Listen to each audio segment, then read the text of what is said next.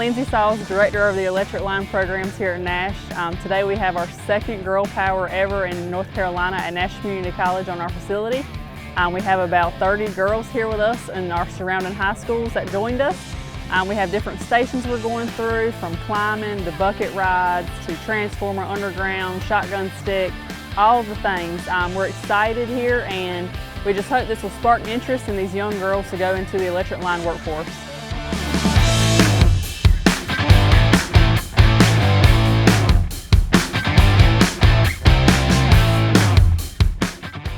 I had so much fun here.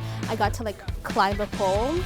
It was a bit hard because I had to get my feet into the pole itself, but it was fun. I was interested in technically what blue collar jobs are. I just wanted to find out what I wanted to do in my future.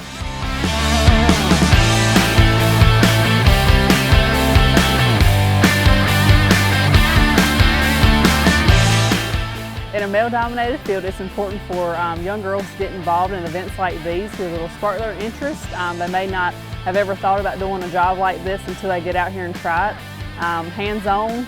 Also, a lot of girls don't do this line of work, so they can move up quick in this field of work, and it's a great opportunity for them.